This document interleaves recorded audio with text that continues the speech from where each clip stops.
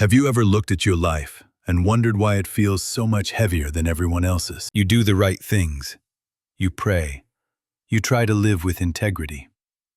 And yet, while others seem to walk on smooth paths, your road feels steeper.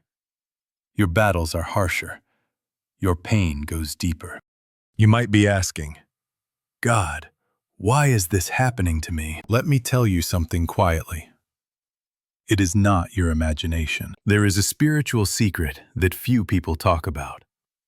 Those who are chosen by God often carry storms that the world cannot understand. It can feel like a target has been painted on your back. But if you recognize this heaviness, it is not a curse. It is a sign that you are set apart. You have been crafted for something beyond the ordinary. Here is the great paradox of faith. Being chosen does not mean an easier life. In fact, it often means walking through valleys that test the very core of who you are. The trials that feel like punishment are, in truth, proof of your calling. These struggles do not come to break you. They come to remake you. They are designed to strip away your illusions and force you to rely not on the applause of people, but on the steady approval of God alone. If you have felt crushed lately, stay with me. We are going to walk through the 5 pains that mark the chosen. By the end of this story, you will understand that you are not being buried. You are being planted. Let's walk through the first mark of the chosen, which often hurts the most. The pain of rejection. Rejection usually comes without warning. One day people are by your side, laughing and promising forever. The next day, they are gone. You lie awake at night, searching yourself for mistakes. You ask, what did I do wrong? But the truth is often this: you haven't changed. Your light has. Those who are chosen carry a presence that convicts others without saying a word. Your light unsettles those who prefer to live in the shadows. So, instead of facing themselves, they push you away. Even Jesus was not spared this. His own family doubted him. His neighbors scoffed at him. But God uses rejection for a purpose. It detaches you from human applause, so he can attach you to God's approval. When God removes people, it is not cruelty. It is mercy. He is making space for those who can truly walk with you. This leads to the second pain, the pain of loneliness. There is a deep loneliness that no crowd can cure. You can be surrounded by laughter and noise, yet feel an emptiness inside. Why?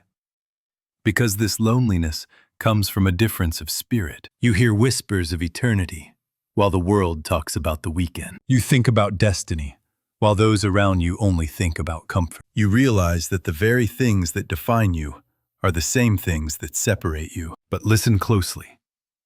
This isolation is not an accident. It is an incubator. God often isolates the chosen so he can speak to them without distraction. Moses was called in the desert.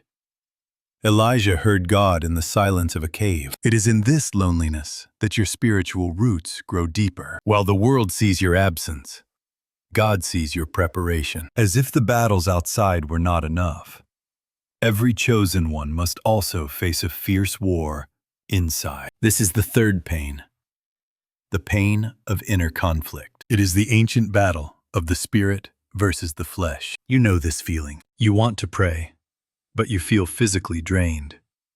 You open the Bible to read, but your mind struggles to focus. You vow to change a habit, yet temptation seems to wait for you at every corner. And then comes the guilt. A voice whispers to you, if I truly loved God, why would I feel this way? But listen to me.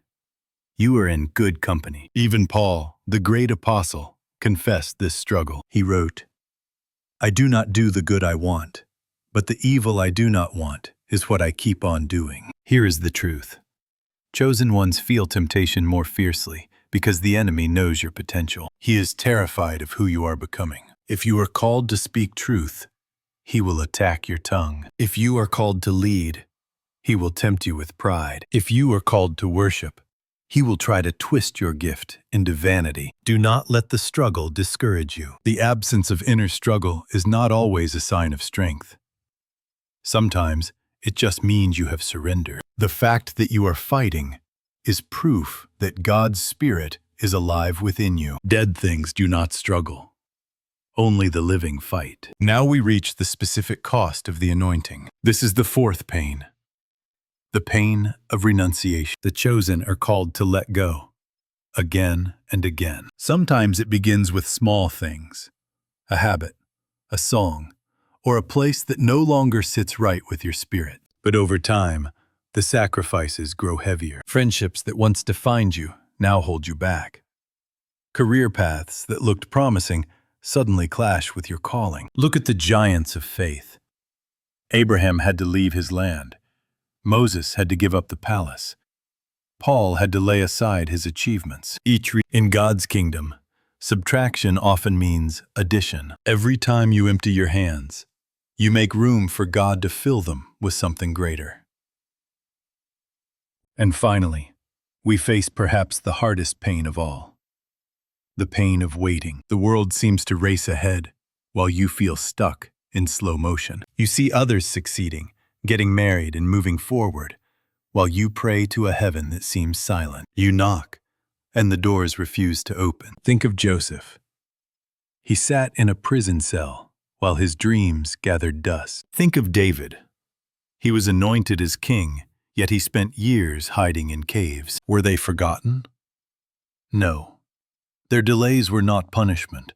They were preparation. Waiting refines your character. God knows that if He gives you the blessing before you are ready, the weight of it will crush you. Every unanswered prayer is stretching your trust. Every closed door is testing your obedience. Though it feels cruel, remember this: God's timing is never late. Here is part 5, the powerful conclusion that brings all the pain into perspective and offers a promise of future glory. Part 5, the harvest of tears. Time, 10:30 to 1 p.m. So, why does the path have to be this hard? When you weave these 5 pains together, rejection, loneliness, inner conflict, renunciation, and waiting, you begin to see a pattern. These struggles are not signs that God has abandoned you. They are the marks of His calling. God has been using every single moment. Rejection shifted your trust from people to Him. Loneliness sharpened your ear to hear His voice. Inner conflict kept you humble and dependent on His grace. Renunciation freed your hands to receive greater gifts. Waiting built your unshakable faith. Your journey may not be easy, but it is sacred. While others chase comfort, you are being prepared for purpose. While many skim the surface, you are being called to the depths. One day, and that day is coming, all those tears will finally make sense. You will look back and see that the nights you spent weeping were actually seeds of a harvest. You will see that every no was just leading you to a greater yes. And when the promise finally arrives, you will say with absolute certainty, it was worth it. Every tear, every rejection, every lonely night, it was all worth it. So if you feel different today, if you feel misunderstood, or if you feel the weight of invisible battles, remember this: you are chosen. And the chosen do not walk easy paths. They walk with purpose and meaning. Lift your head. Do not give up. The best is yet to come.